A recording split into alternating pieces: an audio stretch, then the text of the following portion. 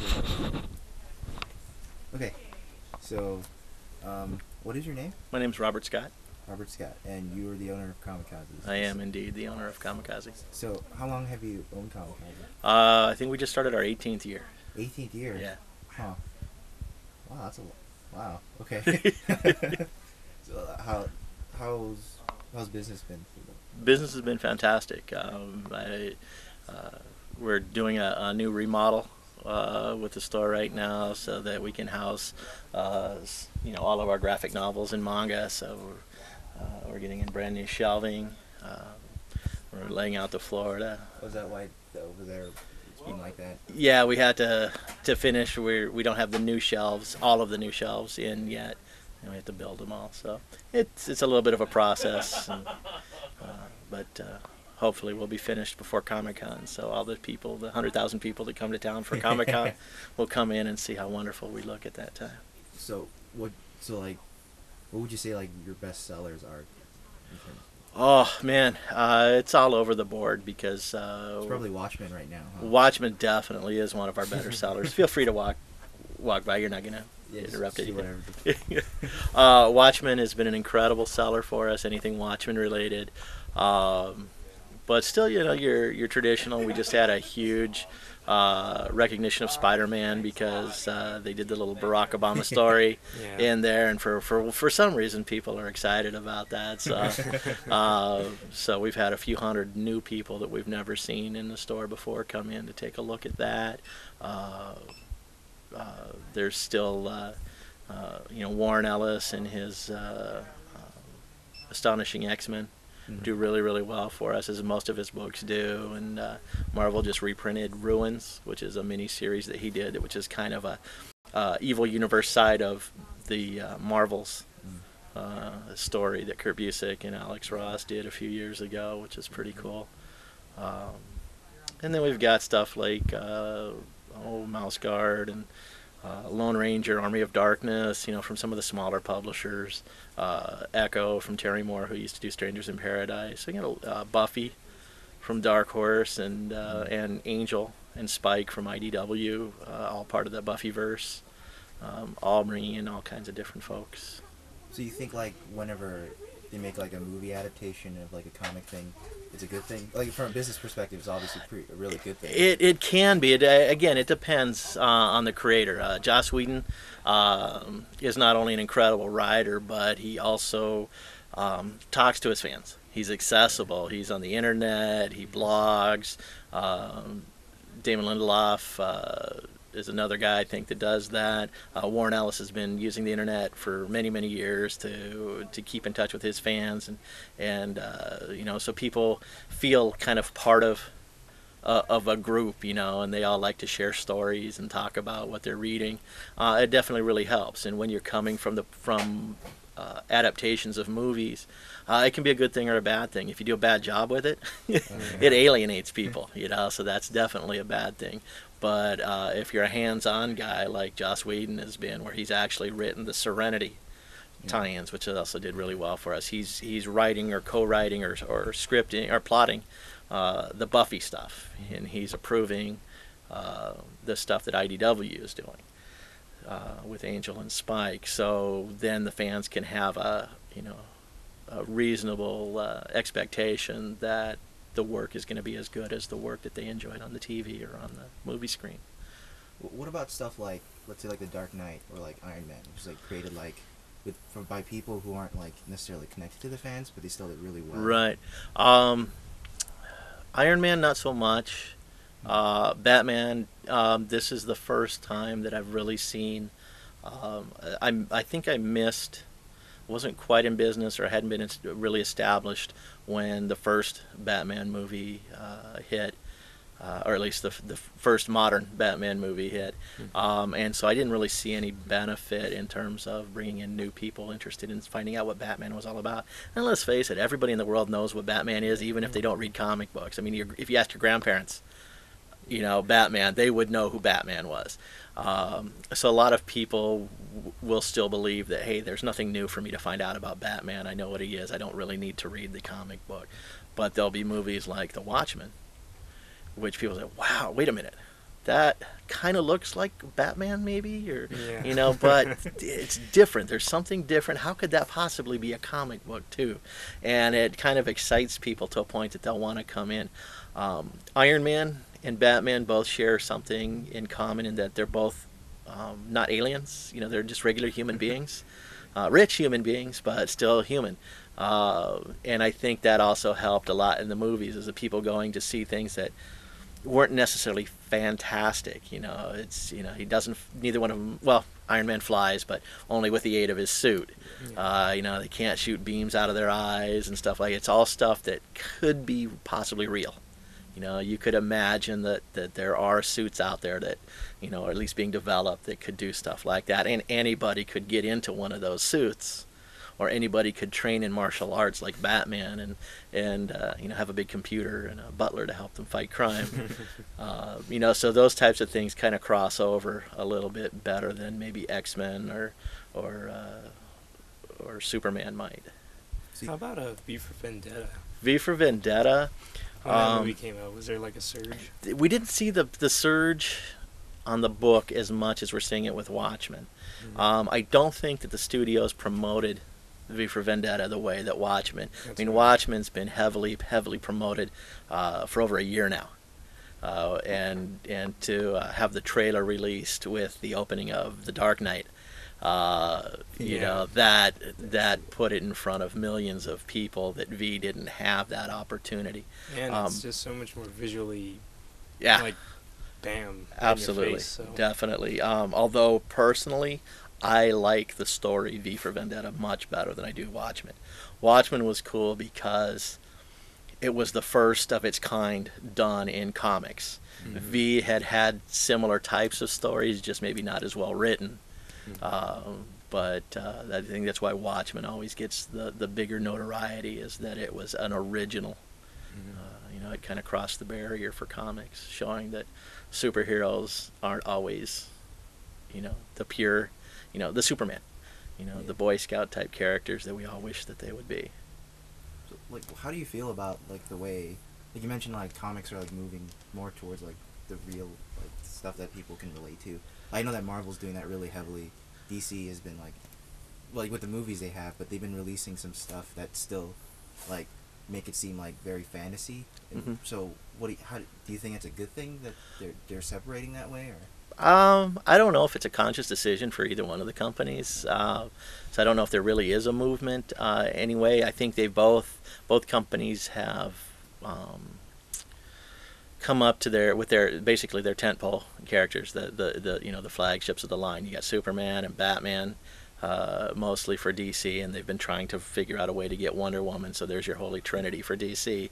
And then we've been able to see some other stuff which comes from completely outside of the DC universe, even though it was part of DC, like Road to Perdition, V for Vendetta, League of Extraordinary Gentlemen.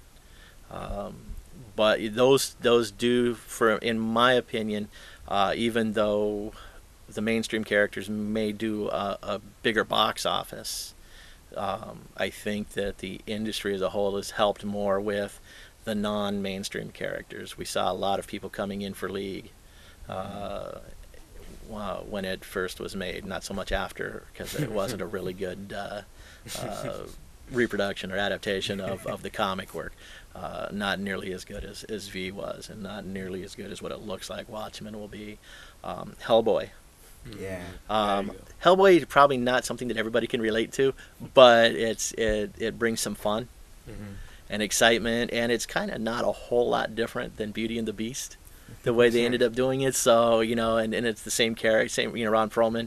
So he already had you know, kind of a fan base to follow him. Obviously, the success of that movie wasn't based on comic readers. You know, less than, I think, 40,000 people read the comic. You know, well over 1 million people saw the movie. But I think the more that the characters that are more grounded in reality are used, I think the more we'll see people taking a chance on the work, and going to see it in the theaters and coming into comic shops or even to bookstores and looking to see, exactly how could this possibly have been a comic book, because it's not like Archie or Donald Duck or Spider-Man. Yeah. Like, like there's there's been a movement to try to get comic books like just represent, obviously movies are one way they're being represented separately, and then now some of them are being put on the internet, and some of them are just being released in compendiums instead of just issues. So I mean, what do you think is going to happen to the issue type of comic, like the one that releases monthly? I think it would be awfully short-sighted if it went away.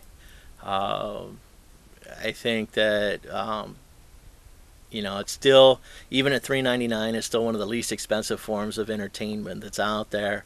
And I think a lot of companies right now are even struggling getting people to take a chance on a $2.99 or $3.99 comic. It's going to be even harder for them to get people to take a chance on a $14.99 or a $19.99 graphic novel. The book industry is not doing really well right now. And so if you've got an established book industry with giants like Marvel and Amazon and Barnes & Noble and Borders, who are struggling to stay out of bankruptcy, and having trouble getting people to come in and buy, the traditional books, and people buy books in a far larger quantity than they buy comics and graphic novels. If bookstores are having trouble moving books, I think it's really, really unlikely that unless it's something like a Watchmen, or something like a Harry Potter, or one of the top 10, top 20 type books, it would be really hard for any of these small press guys to succeed, to be successful commercially, going straight to graphic novel. It's not to say that none of them will, and it's not to say that all of them have a goal of being commercially successful. Some people are just doing it more of a pride thing. It's like, hey, look what I can do. And if it sells, that's fine. But I think that there's a synergy. We sell about as many graphic novels as we do comic books.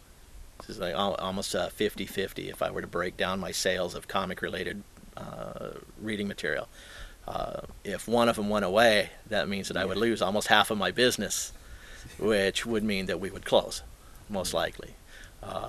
Or at least we would have to severely scale back. I couldn't have a store this size. And if I didn't have a store this size, I couldn't carry the diversity that I carry.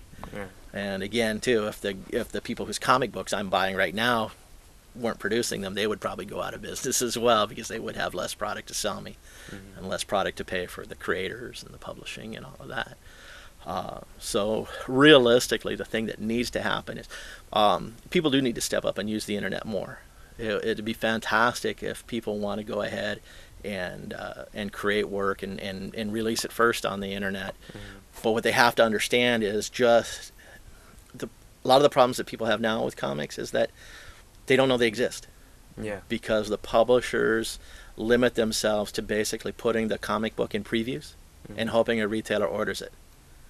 And maybe they do an interview that gets on Newsarama or something like that. But let's face it, unless, if you're an Avengers fan or an X-Men or a Superman fan, you're probably not going to care too much about a lot of the indie books out there unless they do something wildly outrageous to catch your eye.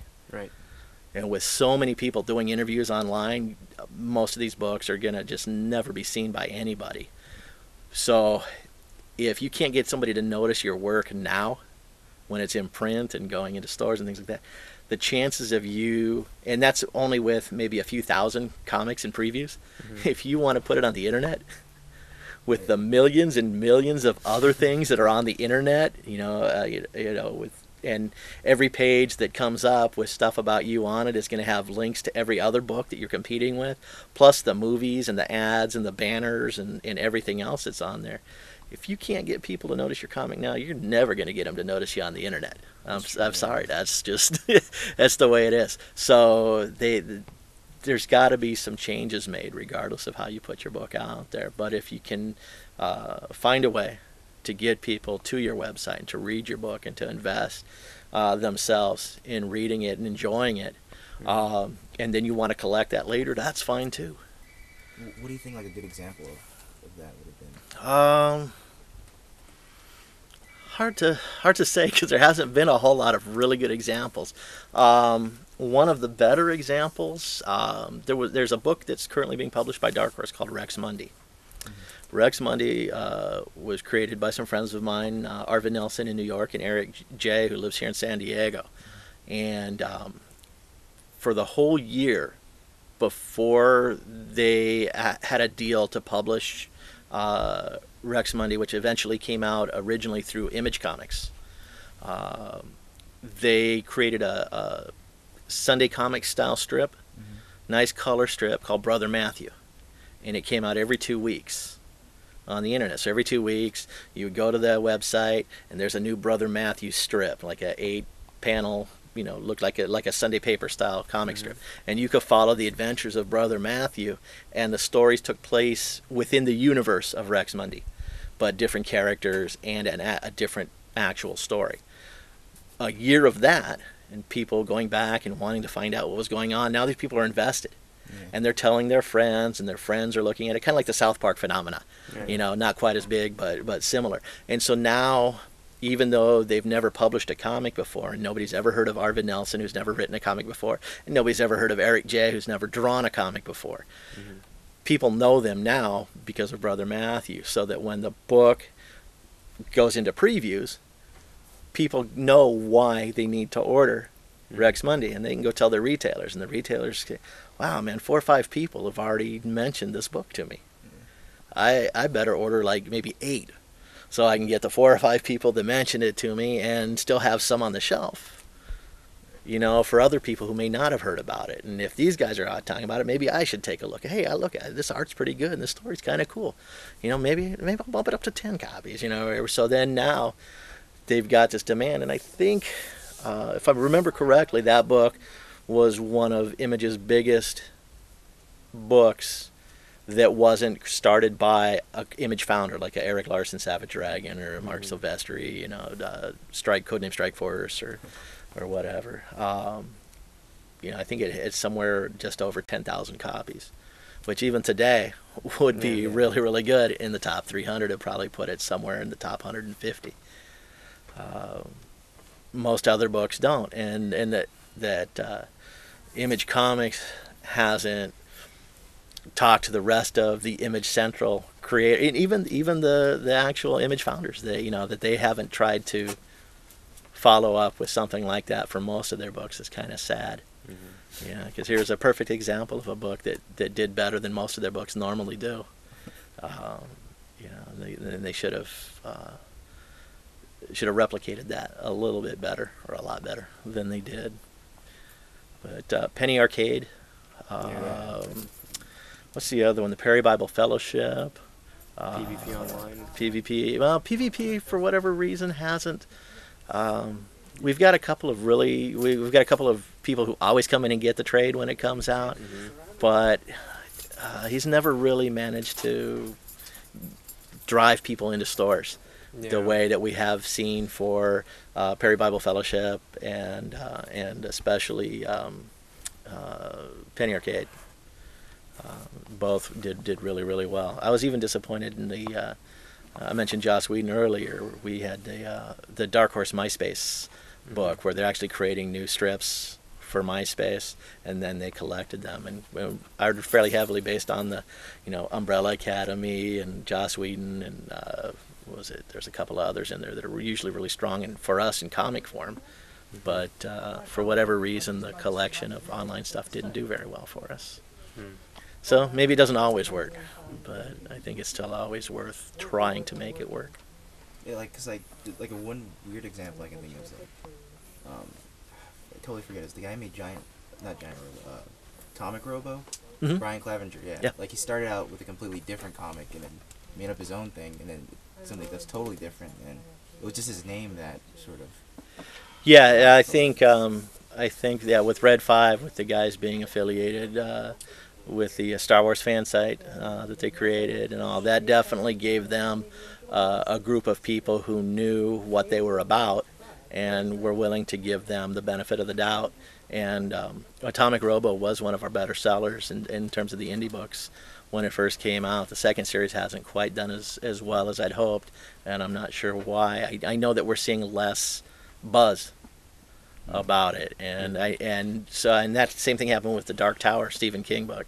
You know, the first series came out, and Stephen King was actually talking about it online, and they were, you know, mass mailing all of their all of the web buddies there, and readers of the novels knew to come looking for the book. I didn't see any effort like that for the second series, and the second series didn't do as well.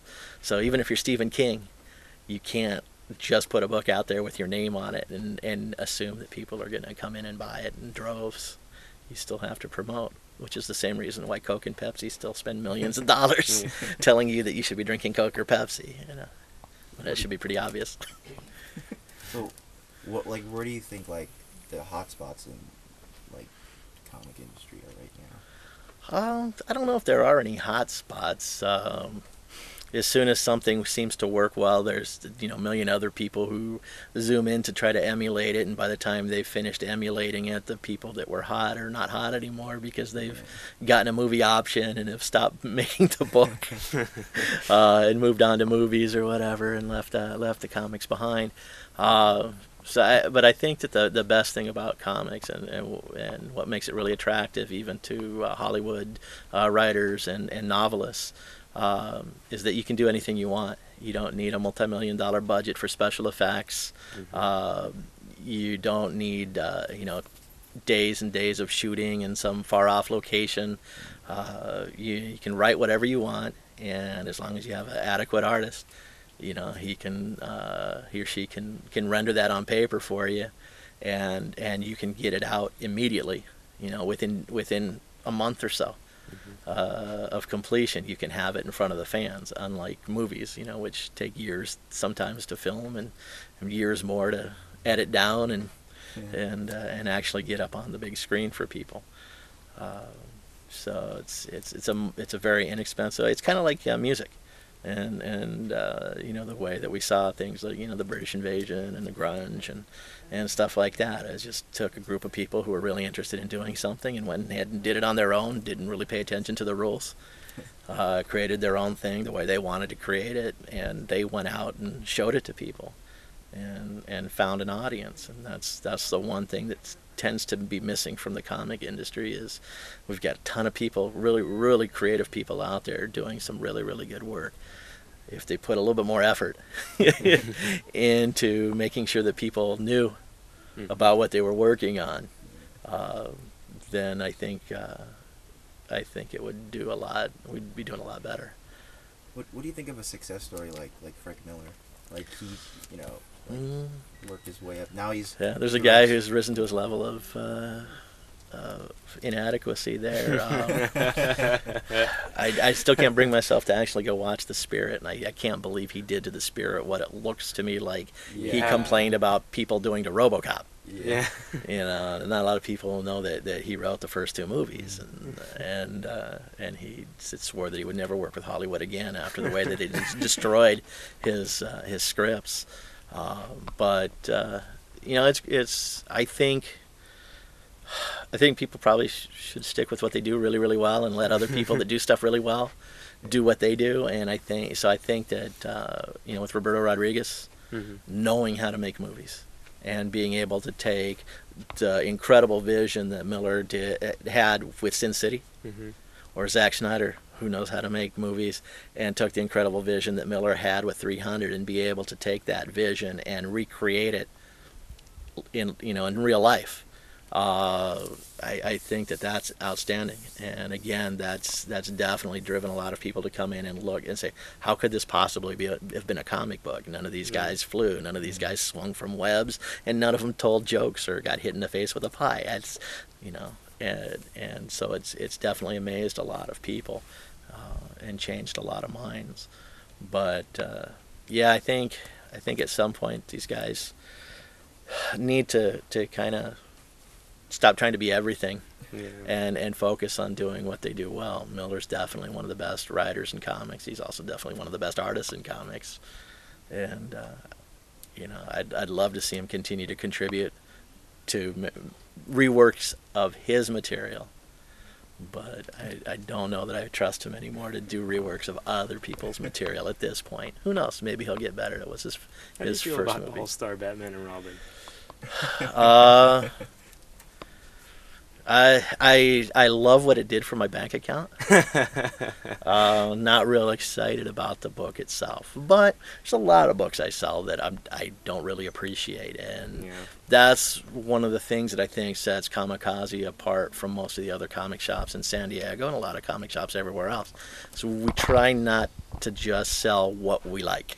Okay. You know, and the people that work here read different things than I do, and we're constantly telling each other, hey, if you read this, no, really, you need to check it out. It's really good, and so it keeps us pushing the boundaries and reading stuff that's not outside of our comfort levels, and outside of what we would normally think that we would appreciate.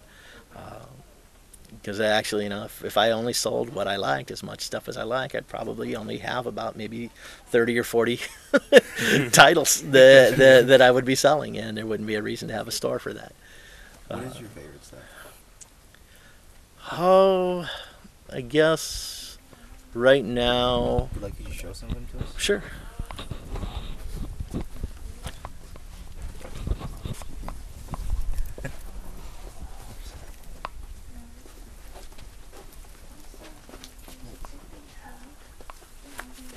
Well, The Boys, I kind of like. It's not my favorite Garth Ennis title, but it's for what he's currently putting out. It's probably my favorite work of his. It's kind of the anti-Watchmen type of thing. It's about a group of people who've been tasked with keeping an eye on superhero groups.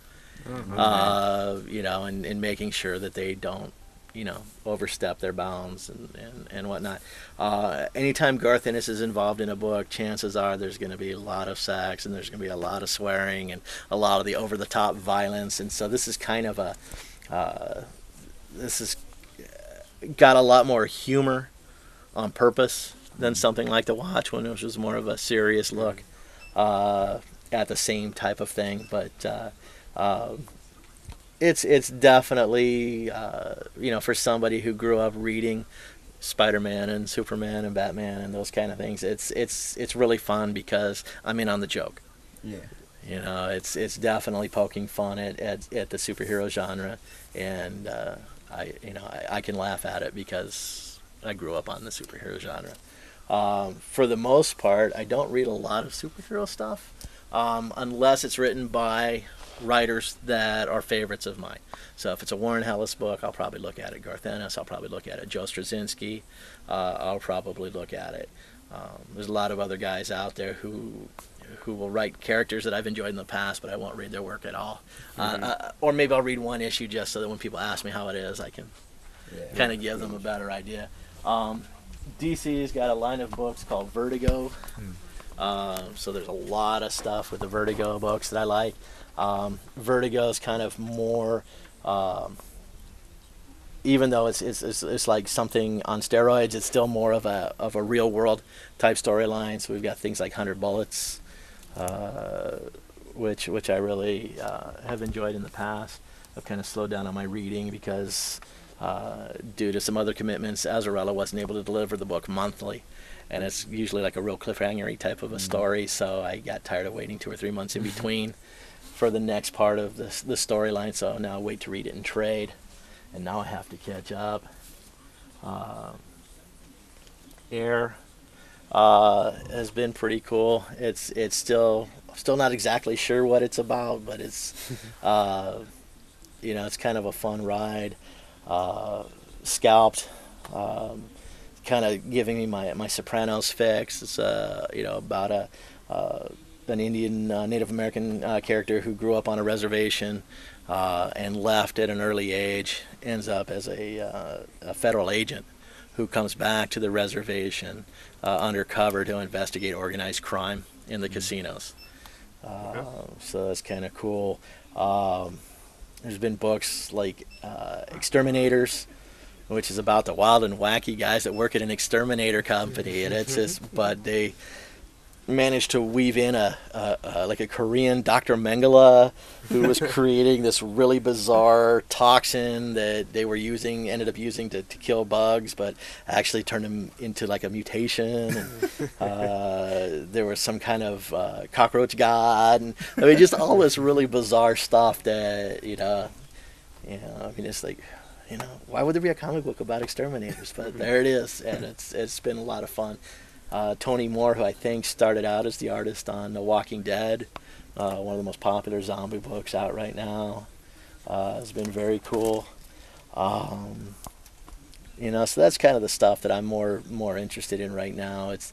I found that a lot of the superhero stuff that I used to like, I don't like as much anymore, just because not that the stories ever seemed real to me, but now they're like completely unbelievable. They've had to escalate the power levels of villains so much so to get you to believe that Superman could ever possibly be in danger, that the writers just weren't of a sufficient caliber to keep me believing in what was going on. So I've kind of moved away from that. But like I said, every once in a while somebody like a Joe Straczynski can bring me back with Rising Stars.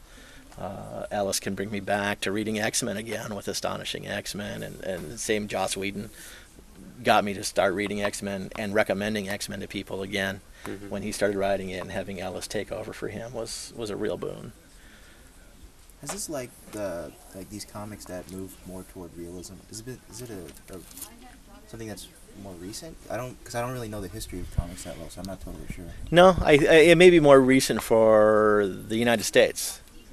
I think if you're an old fart like me, they didn't have graphic novels, and they didn't really have a lot of indie comics when I was a kid. It was pretty much superheroes or funny talking animals, and that was pretty much all we had. Or the porno comics, if you could sneak into your older brother's room or whatever and grab one or something. But and there really weren't until a little bit later. There weren't comic book shops.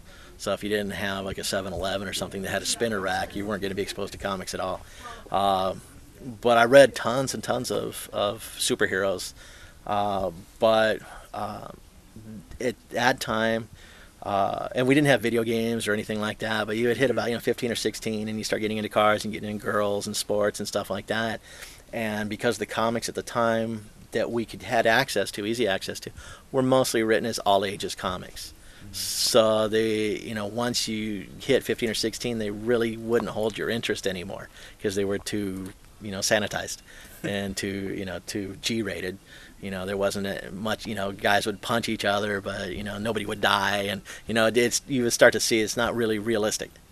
Not like a Bugs Bunny where, you could shoot Daffy Duck in the face and his bill would spin around, but he wouldn't die, and at a certain point you go, okay. And you move on. Well, when I was about 17, I discovered a magazine called Heavy Metal. And Heavy Metal was, at that time, was licensed from a company in France, and they were bringing over a lot of fantasy and science fiction stories that they were translating into English. And that was kind of one of the first things that showed me that there was more than just the funny animals and the superheroes. And then from there, I was able to find other work by some of those artists, and I found out that a lot of, Judge Dredd, most of that stuff is normal people. It's just set in the future, but he's basically a cop, and he's got to judge, what's going on. But everybody that he deals with is pretty much it's just humans. It's just day-to-day life, just set in a different time. Then there's Cursed Earth, which they did too, which was kind of like a Mad Max type storyline with the end of the world and mutants and stuff like that. But again, it was all stuff that happened to us. It wasn't aliens from outer space and things like that. So even though the Europeans still enjoyed and they still reprinted American comics over there for them, for the most part, their stuff wasn't superhero. In Japan with manga, there could be a manga on learning how to tie your shoe, and it could be a huge seller. There's a series from Digital Manga on business, and so they did one on like the guys that created cup noodles. Oh yeah. They did one It's on actually a the great story. yeah. There's one on Datsun and the 280Z or 240Z. You know, they did one on the guys that founded 7-Eleven. Yeah. You know, I don't think that you would find a Marvel comic on Yeah. 7-Eleven, but you will. Same thing. You done? Okay. Sorry, I don't mean to interrupt. Tom, about the credit card. He called something about your credit card yesterday. Tom. He usually gets the Star Trek stuff. Okay. Yeah, I left his number on Okay. the thing. Okay, All right. so I'll see you tomorrow. Cool. Thank you. Um, You got that? You okay? If you have business at Vendetta, you can get okay. And we'll just move back up here towards the front. All right. That way. The hammer over here behind the counter, is that Thor's hammer? It is not. It is Not? Beta Ray Bill's hammer, who was Thor for a little while. But and so it pretty much does the same thing, but it is Stormbreaker, not Molinor. Do you have a question? Yeah. I'm looking for the X-Men story. Well, I think it's X-Men where Scarlet Witch deactivates all the mutants. That's. Let's see. House of M.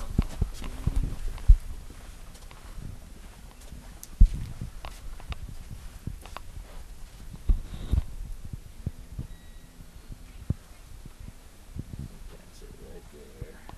And then there's other books that can go along with it, but that's the main series. Okay, what else goes along with it? All these books right here that start with House of M. And you see when you actually buy them and put them all together, it makes a House of M logo on the spine and they put it next to each other. But that's the first. Right.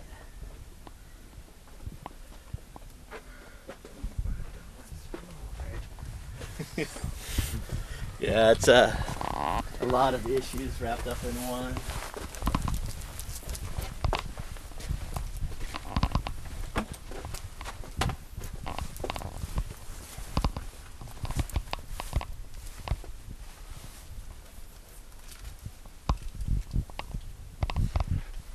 Is there a trade with all of Secret Invasion? Yes. Do you have that available? Let me check and see if we still have it. I think we might have sold out. We're waiting for a reorder.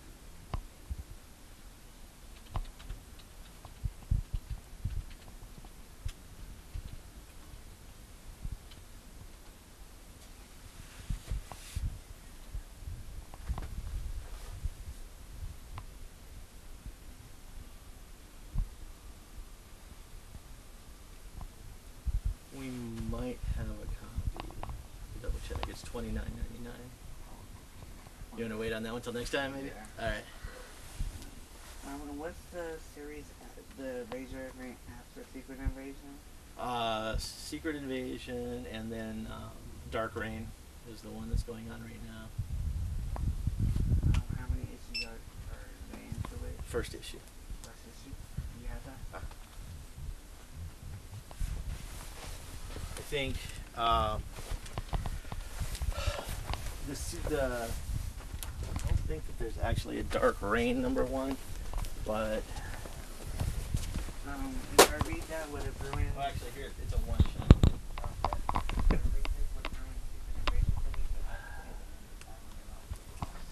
I don't think that there's a way to ruin it. I don't think that there was anything major shock that came out of that. It's just like the next part of the story. It's the little boy. I think if Oh, you know what is that the one that Secret talks? Invasion is, I No, it's think not the you one that pretty much smiles. spoiled it as The much really as funny one's the you one could that possibly smiles. spoil it. So, Because I have to eat there's planets. this, and then Oh, this eat right planets. here is going to be the main title for the series, Dark Avengers. Oh, And then if Is you that for want, Comic-Con? you can see it's going to affect mostly Someone gave it to characters within the Oh, Avengers. So War graduated Machine from and high Iron school. Man, Mighty Avengers definitely, and it could bleed over into some of the other books as well. So you can just look for your favorite characters. X-Men, the X-Men Annual has a Dark Reign part in it too. So just look and see who your favorite guys are, and if it says Dark Reign, grab it. But you don't have to grab all of them to So, understand it. how much would it be if I just bought all 8 issues of Secret Invasion? All 8 issues of Secret Invasion. 7 I have. I think they were all $3.99. So yeah, $3.99 times 7, that'd be $28. It would be about the same price as buying the trade. How many do you have on prices? 1? I don't know. And you have on price 6? That's someone that made like 6? Yeah, it might have just run out of 6, and they're doing second printing for that, so we'll have that in shortly. This is the director's cut for Final Crisis 1 right here, so it's got all the original story plus a little bit extra. And it looks like for the regular series, that's all I have is 1, 3, and 4 right now. Oh, yeah. Huh. So no, I don't have number 1 then.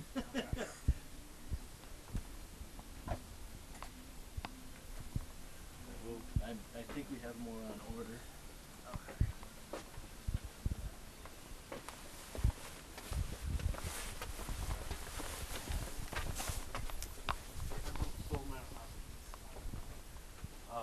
Alarmong is over here. My brother came yesterday. He said all he did was find was 13. Okay, well we wouldn't have anything new since yesterday. So if Okay, but he didn't ask me. So I tried to see if I could look at it. okay. For which one? What about Ultimate Warrior 1?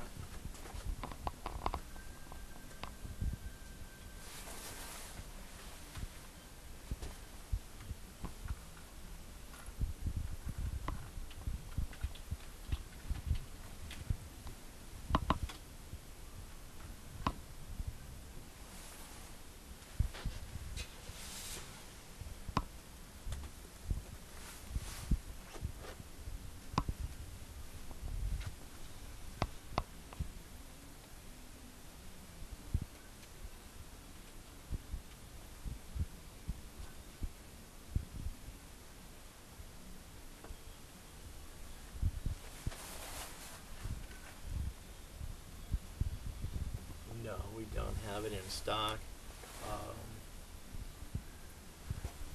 But it's a fairly popular series, so we might be able to reorder that. It would take, probably wouldn't be here before next Wednesday though.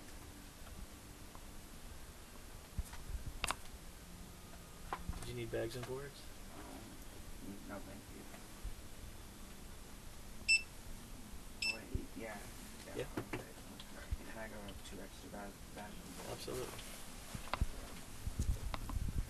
36.60 is your total.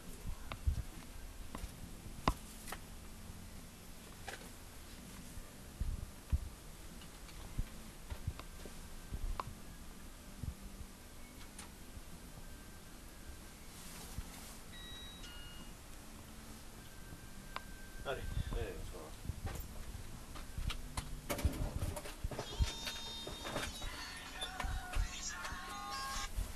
Hey. I'm just about to call you. Huh?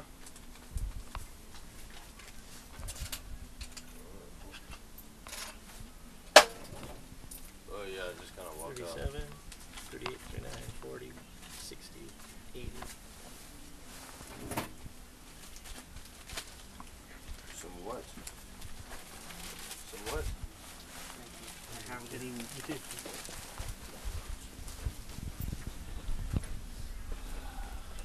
Somebody gonna be fine? Well, no, if you got any kind of really art supplies or anything. No. No, just college. Yep. Oh, yeah, We're doing some recording here too, so I don't know if you want your phone conversation. Alright, go on. Well, yeah, I'll be right back. Go in there and You record a drug deal or something. I don't know. I was just ask a few more questions and then Sure. get out of here. What's with all this like merchandise here? Mm-hmm. Like, how much of this stuff is usually what kind of percentage business-wise? How much of this stuff is? Probably, I don't know, maybe 10 to 15%. It's a smaller percentage. A lot of it's decoration, So I don't really consider a lot of it merchandise. It's more for atmosphere. Yeah. And it's also something that, again, like I mentioned earlier, a lot of people already think they know what comics are. So there's no reason, if somebody doesn't have a good experience with comics as an adult, there's not a whole lot of reason for them to come in and investigate a comic shop, because they're already going to believe that they know what they'll see when they come in. But by carrying a lot of items that are comic or movie related, but not comics or movies, it can get people to kind of come in. Somebody might not feel as the same about owning an action figure or owning a statue, for display as they would as they would about actually reading a comic in public or something like that. So, there's a little bit of that. There's going to be times when people will want to buy gifts for somebody, and they know that they appreciate that kind of stuff, but, would have no idea. I don't know if I want to buy part 2 of 5, comic-wise, if I don't know if they have part 1 yet, or, whether they already own this, this graphic novel, but I know that they don't have this statue, type of stuff. So there's a little bit of that. And then we have a lot of other things that aren't even comic or related at all, like our stick fuzz, which are more, for... there's a lot of people like to customize stuff like that themselves and make their own characters. And we've got, the T-shirts and all of that. So it's just something, that kind of adds a little bit to what we would normally have book-wise.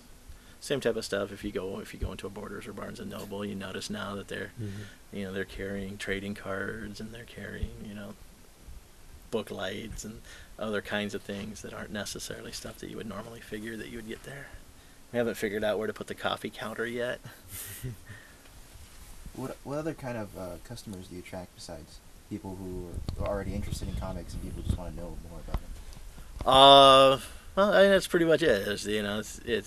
It's basically people who love comics or people who don't know they love comics yet. And we're hoping that by carrying the wide range, where we've got, superheroes, we've got, manga, we've got comics and graphic novels, we've got, reprint collections of old comic strips like Peanuts and Gasoline Alley and, Steve Canyon and Dick Tracy, that, maybe somebody's grandparents, who may even think that comics rot your brain, but remember that, don't think of the funnies as comics, and so they would be interested in that, and it's just kind of a way of having something that's entertaining for everybody, regardless of what age they're from and what they normally would think that would be entertaining to them. We also have things like the Bunny Suicides, which I think started off as an online type thing. We've got actual novels that we carry now too. The 10-Cent Plague, which talks about the birth of the comic industry.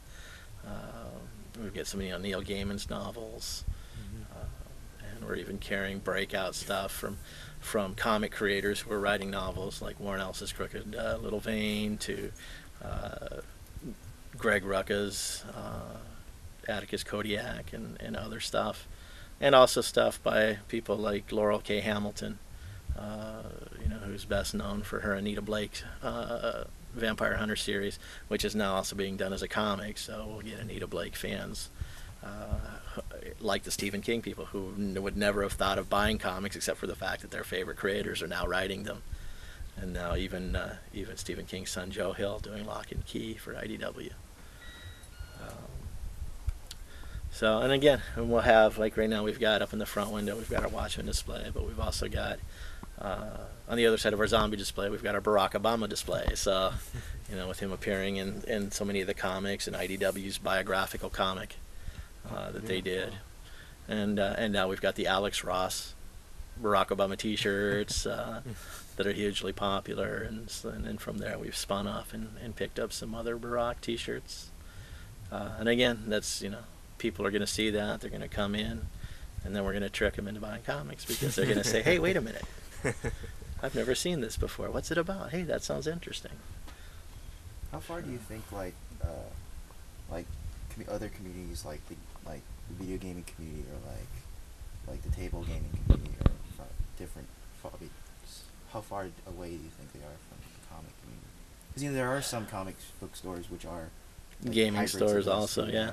I think there's definitely a crossover. I think that there's definitely the polar opposites, where you've got the comic guys over here and the gaming guys over here glaring at each other, and then there's definitely going to be a convergence of a portion of those groups who do both.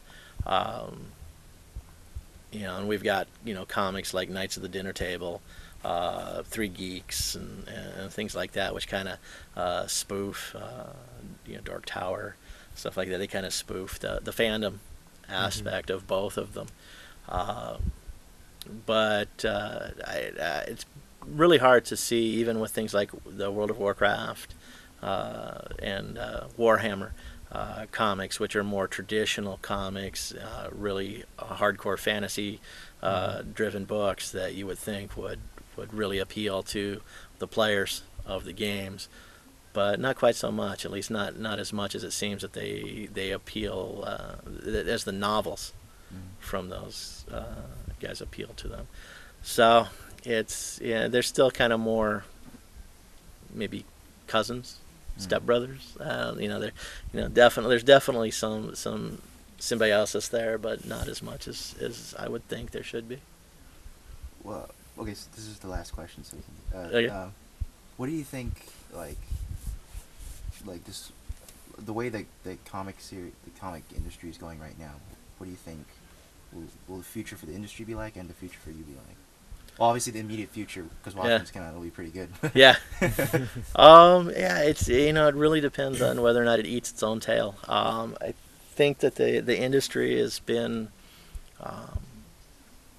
has allowed other industries to walk all over it, and realistically right now the only folks that have power in the industry are the creators or the publishers, whoever owns the rights to the characters.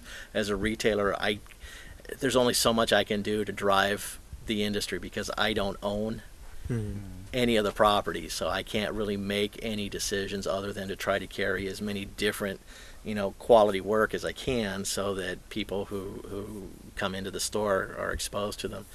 But what really needs to happen is the publishers or rights holders really need to step up and stop being afraid to ask for certain things. Like right now, one of the best promotions I can think of is, instead of putting out the Hellboy DVD or the X-Men DVD with a mini comic already in the DVD, put in a coupon so that they have to go into a bookstore or a comic store to pick up the free comic.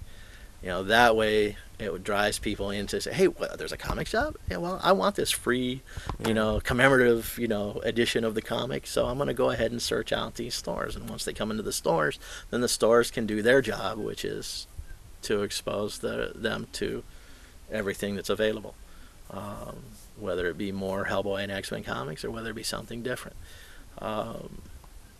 Once you've given them the reward, there's no reason for them to do anything else. But it seems like they've been a little too meek in trying to push that kind of thing. Even working with us, there's been a lot of times that if you buy the Spider-Man DVD, you get a free ticket to go see X-Men. Well, maybe they should try something like that with trade paperbacks. Buy the X-Men trade paperback and go see Spider-Man for free or something like that. Different types of things that create this bounce back effect.